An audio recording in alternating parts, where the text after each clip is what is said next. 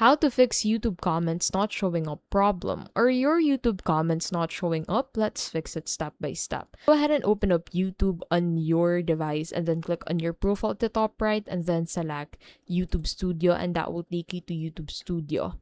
So on your YouTube Studio, go ahead and head over into the content tab, and you should find all of the videos you have created.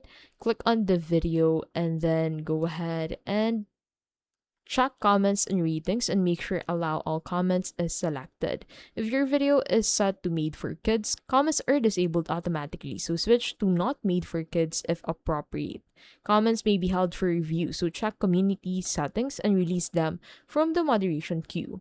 Refresh the page, clear your browser or app cache, and disable extensions like ad blockers or VPN. This often restores comments. YouTube may auto-remove comments flagged as spam or inappropriate to avoid excessive emojis, links, or duplicate posts. For creators, check settings and audience restrictions, and for viewers, clear cache and disable extensions. Most issues are either policy-driven or technical.